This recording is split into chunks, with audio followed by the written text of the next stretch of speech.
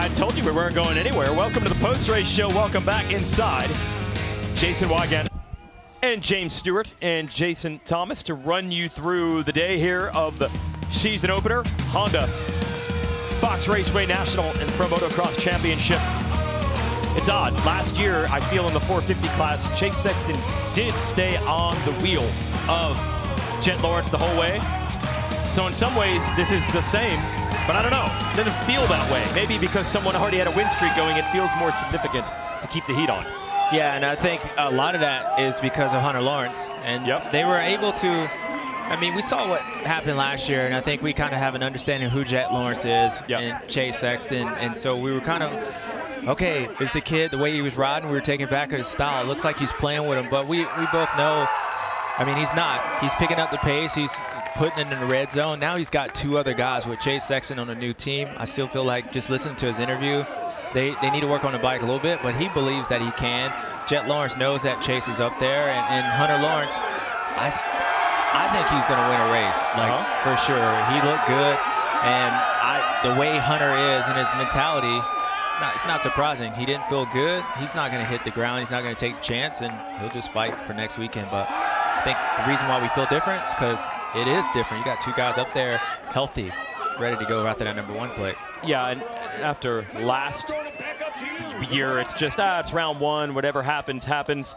You never want to overanalyze the first round too much, but now you're looking at someone with a moto win streak. So anytime someone applies pressure, it's a bit historic, and that's what both Hunter and Chase are able to do. You talked quite a bit about what you saw with the motorcycles there, the give and take of the way Sexton's bike was working compared to Jet's. Yeah, I think Chase, I mean, it is a give and take. When I was watching his motorcycle, it definitely looks like the under acceleration when he gets in those tighter corners and he tries to accelerate, especially after the start straight, after the start, he's losing a lot of time. It's a lot of effort. He was having a hard time even getting up to that roller where Jet was actually getting over it. And I just know as a rider how difficult that is, because one, you're losing time, but it's a lot of energy because you have to, you know, stand up, move your body around to get that bike to react and get up to speed. Now, since you lost that time, what do you got to do? Going down the hill, you're going to have to charge. So having this set up the way Chase is, under tracks, under acceleration, and unfortunately for him, where he was losing the most time was probably one of the key sections here. Since his bike was slower on the rebound, you just noticed that the fender was up in, the tire was up in the fender a lot more, and you could see the bike picking up. And he was struggling with that, where Jet Lawrence seemed like he had it going. But nonetheless, you got two brothers on the podium, 1 and 2, and not going to be last time we see that as well. No, that's unbelievable. They did it a lot in the 250 class. It happened one other time with the Jones brothers, Gary and Dwayne. Those are in the very earliest days of this championship. Gary actually won, I believe, the first 4 Premier Class titles when this championship began back in the early 1970s. One of them even on a Honda. Occasionally Honda brings him out with his old motorcycle to celebrate the great history of that brand, who is going on right now. It's Chase Sexton that busted down the wall and got that 450 Supercross title last year, and they haven't lost one since. Something else they do where they have the winners sign the backdrop at each round, and then they auction that off for charity at the end of the year. There's Myron Short, actually the promoter of the event here at Fox Raceway. Yeah, I remember they started that last year, and they got a bunch of 12 or 10, 11 races. Yeah, number 11 Jet Lawrence number plates. So we probably thought it was a repeat, but no, it was a different race. Cool atmosphere here in motocross to be able to get this close to the podium. They're hoping for some swag here to get tossed out, and they already got the champagne. Sexton already headed back to the pit. Hey, you mentioned the give and take on Sexton's bike on the downhills. You thought maybe that actually helps to have the bike set up the way. And when I think of Hangtown, it's got a lot of those choppy, high-speed downhills. Yeah, it does. The one part with Chase, and it's been known through Supercross, when you start looking at his motorcycle, that having a slower rebound helps on the downhill. So you would think if he's losing it coming out of the corners, it would help going downhill. And it does, but not when it gets slow. And sometimes with Chase, when he tries to really charge and accelerate to make that pass around Jet or try to go through it, you'll see his motorcycle actually pick up and go out. And that's when you see a sign, even going downhill, that the rebound's a little bit slow. And it makes his motorcycle almost look slower going around the racetrack. So Hangtown, they're going to have to speed it up because there's more that track is more about acceleration and having the bike be able to get the wheel to stay on the ground, which allows you to move forward. So you'll see a change, and I think you'll be okay going down the hill. But they got a little bit of work to do, and I think they will. And I think Chase kind of mentioned that a little bit. Changes himself, but changes with the motorcycle. They can see that. He's in the ballpark, though. He's in the ballpark. Yeah, I mean, I think for Chase, I mean, he has to feel like that. I mean, he hasn't been that close to Jet Lawrence all year, even in the Supercross until the last race. So we'll see. Let's transition to the 250 class. Show you the 250 highlights from round 1 of Pro Motocross. Moto 1, Tom Vial, Levi Kitchen almost coming together. Vial on the 16, controlling the motosport.com whole shot. Yeah, it started off great for Tom. I mean, the way that Supercross championship ended, he got him a title coming out to Motocross where he said he felt pretty good. Thought it was going to get going, and then he started making mistakes. All this was caused because before, Levi was going outside, inside, making Tom think, and Tom went on the outside, Levi went on the inside of him, and then this was an issue that AMA decided to get involved in. Tom goes off the track. Doesn't look like a no harm, no foul, right? But he ends up getting penalized at the end of the race, and it was kind of the recurrent theme for Tom, going outside, letting the guys get in, and this is where Hayden Deegan made his pass, and then he went after Levi Kitchen at that point. Yeah, and it was a great battle between Kitchen. This is Kitchen's teammate, Masterful, big one here. Yeah, that was a tough one, and we saw guys going off the track all day long, and Ty was trying to stay on it, and that thing went sideways, but he was able to get up and still fight for it, but the battle was on. But before that, we got another rider going off the racetrack, and Hayden Deegan, which he does that again later on in the race. But for him, what I saw with Hayden Deegan today, he starts recovering, and like his belief, he knew he was going to catch Levi. I don't know if he believed in that or his mechanic was telling him that Levi was going to get tired. Either way, he was able to do it. And then this is so bizarre. The track marker gets stuck in Kitchen's boot, which I've never seen before. I don't know if anyone ever has. The slow down to pull it out, and Deegan goes around. Yeah, absolutely. I haven't seen that. I also haven't seen a green leopard, and I've seen both of them today. The haircut on him. He was fast like a cheetah, but not quite quick enough to get the win. Hayden Deegan wins the first moto. We go to moto number 2. Great jump by Deegan this time. Yeah, great jump, and he didn't have to pass anybody. He was out front, and he basically dictated that race. But Levi Kitchen looked like he was riding better than he was even at first moto. I don't know if he heard the comments or whatnot. He felt confident, and he kept Hayden Deegan within 2 seconds of the whole race. Both those guys were going back and forth with this tug of war. Unfortunately, Joey Savacci, after getting fifth that first moto, like he goes down in the first corner, and it gets up to like 13. But there's 13. Tom Vial here. Now this is early in the race. Tom Vial was trying to get around Jalik, who rode good all day long, and he ends up losing the front end. And this was for 3rd place. He goes back, and then the race was on for him. He starts making his way up through all these guys. And this is where Nate Thrasher gets caught up. Nate was riding really good. He gets hung up behind a lap rider. Tom is over it. He wants his croissant, and he takes off, and he was able to get around Nate. And this is a key pass on Swole, because Swole, Vial, and Chance Hymas all had a shot at the overall podium. Vial digging deep for it. Yeah, at one point, Tom was in the probably same position, but he was in 5th overall. So he got that point, and it went to 2 points, and it allowed him to get up in the 3rd overall. So solid day for him. But the man of the hour was the man of the day. Except for that, you said the recurring theme going off the track. I guess they chose not to penalize him as far as we've heard. Wasn't maybe on the gas as hard as Vial. Yeah, maybe not. Darn close. But great day for Hayden Deegan. Go 1-1. He's only done that 2nd time in his career. And big celebration with he and his mechanic, Brent Duffy, to 1-1 at the season opener. Kitchen kept it close right to the end. Yeah, those comments you mentioned, Deegan had said, I've ridden and trained with Levi, not a lot. I know he's going to fade. He didn't fade in that 2nd moto. It's close. 6 points is the gap after round 1. I mean, either you guys are really close friends to be able to say that, or whatever. That's a brave moment, but nonetheless, he didn't fade, and that was good. There you see Vial winning that battle for 3rd. Here are the 450 highlights from round 1 of Pro Motocross. Hunter Lawrence of the 96. Great jump, goes a little too wide in turn 1, and his brother Jet takes the lead. Yeah, Hunter had a clean hole shot, and he went in there too much. He mentioned that 450 was hard to slow it down compared to 250. But once his brother got out front, nobody else was in front of him. And you can see Jason Anderson gets caught up in the first corner. and made a good recovery after being down for a little bit to get back up to 10th place for him, but that's not the way he wanted to start his day off. And then Sexton. Chase Sexton, it gets caught up behind Dylan Ferrandis. I think Dylan made a mistake and he slowed down more than Chase was anticipating, and he kind of runs in the back of him. And then we had the Cowboy and Hunter Lawrence going at it. We saw Hunter stalking Aaron the whole race, and then once he got to him, he made that pass and then put a blitz, and he was able to run strong in 2nd place, and Aaron ended up 3rd for this moto. Yeah, Aaron said the arm pump got him there about midway through, and he couldn't fend off the man who was last year's 250 champ. Sexton never gave up. Last lap, he's in 5th. Justin Cooper on the 32 is in front of him. Yeah, this is basically the way Chase has been riding all day. He was coming up through the pack. He actually went down and then went down again, chasing my brother, and he kept going. So that was a nice pass by him to get in 4th. But 23-0 after the first moto, your winner right there. Deja vu, be it 450, 250, whatever it is at Fox Raceway, it is always Jet Lawrence, undefeated overall at this track.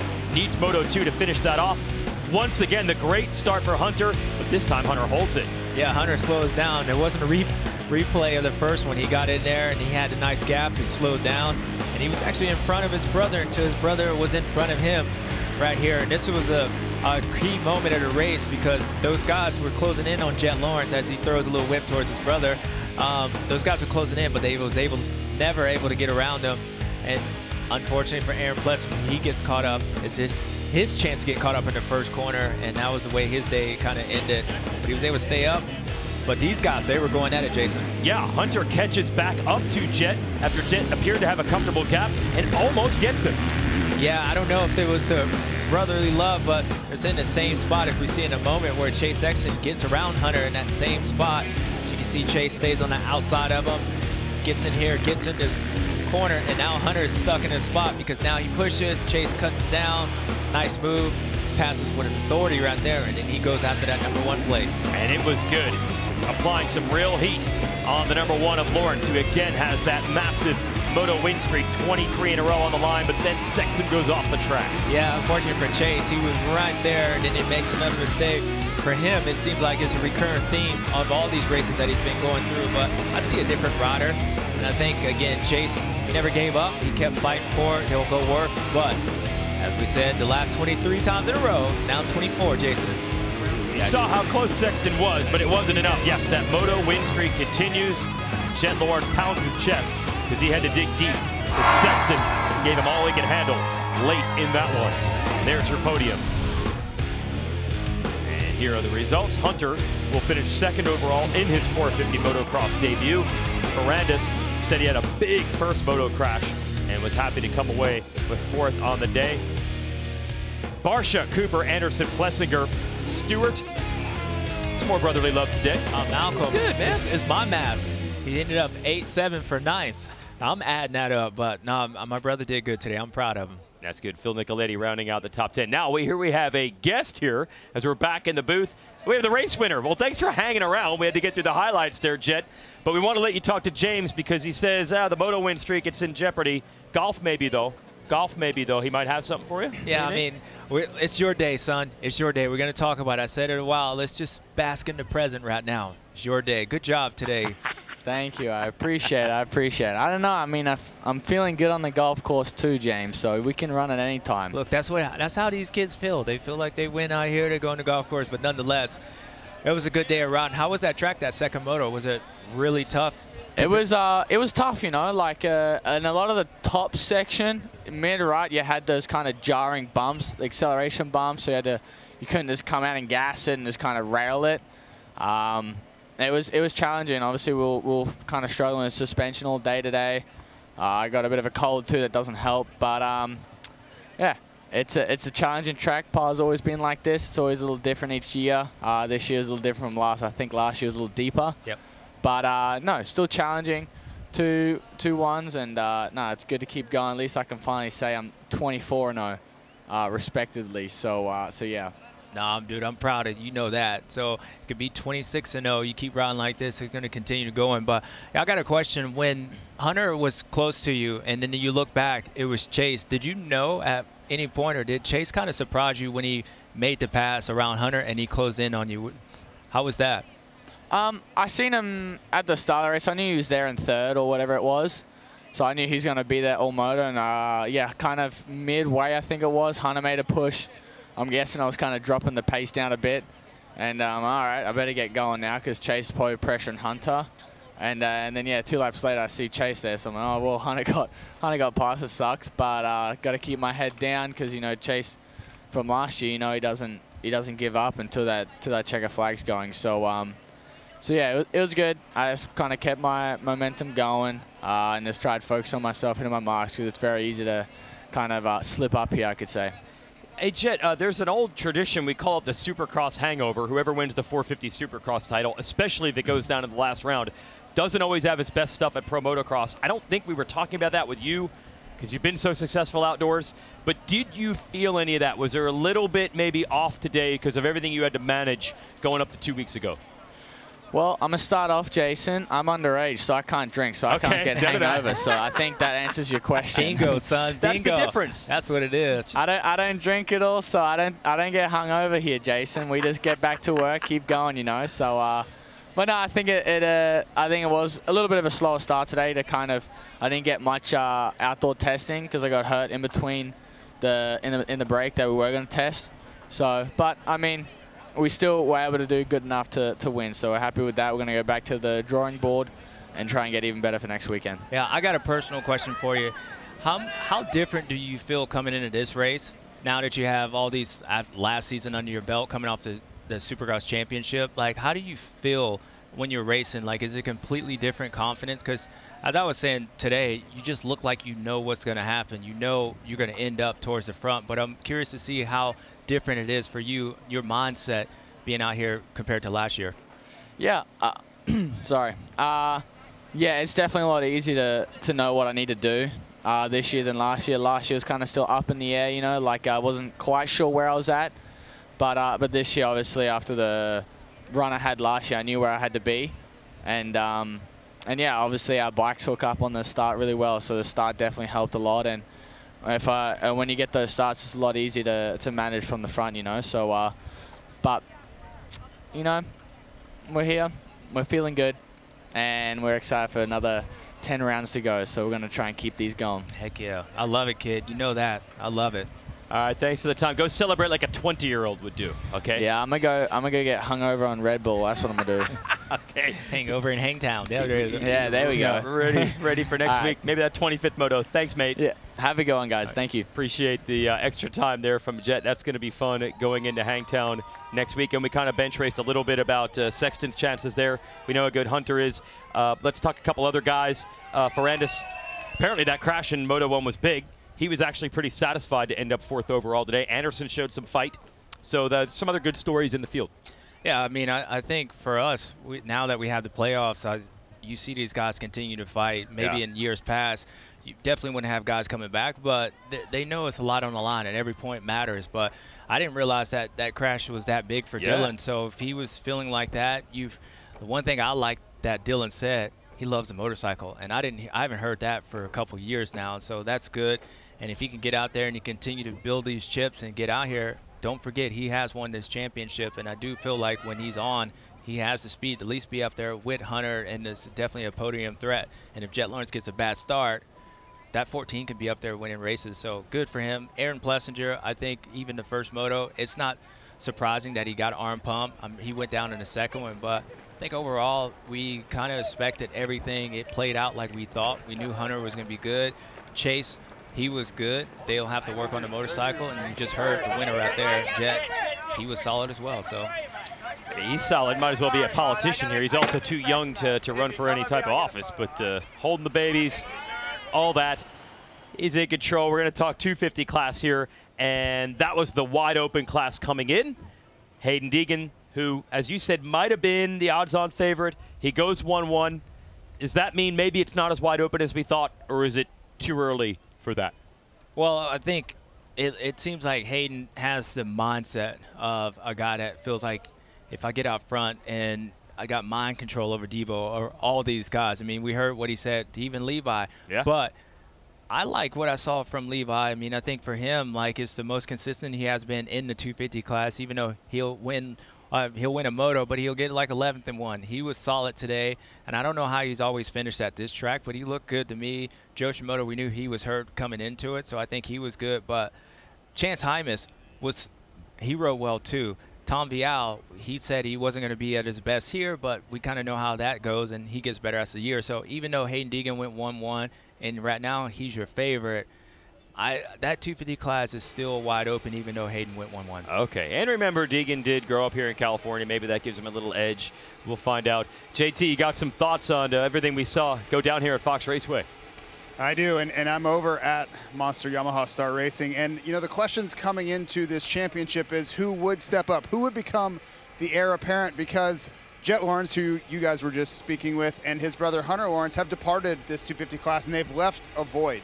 And think about Super Motocross World Championship playoffs last year. Hayden Deegan wins the inaugural series of that, and we're like, it's on. Hayden Deegan is the guy. But then he loses the Supercross Championship when we have to question it. You know, Vial was a little bit of an underdog, goes out and bests him. But, you know, you saw a little bit of attitude from Hayden Deegan on the podium today because he feels like this championship is his. He feels like he is that guy. And I think he sent a pretty clear message. Now, it's going to be a fight. You both mentioned Levi Kitchen. That was a really strong performance.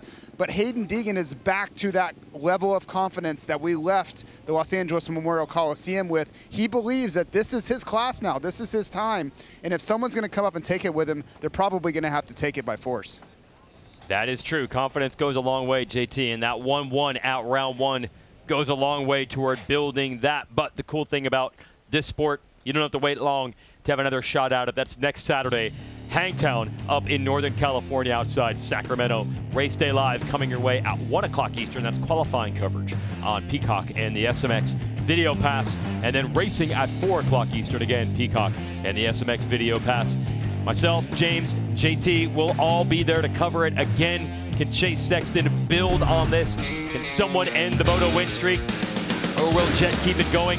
250 class, action-packed as always. But Hayden Deegan was the class of the field today and it tracked 20 minutes from where he grew up. So the fans were definitely happy to see that. As for the 450s, they kept the heat on Jet. He proved he could stay cool when they did. Good to see the brothers battle. Good to see Chase Sexton feeling good in the KTM. It's the same old story. Jet Lawrence undefeated on a 450 in motocross and at Fox Raceway.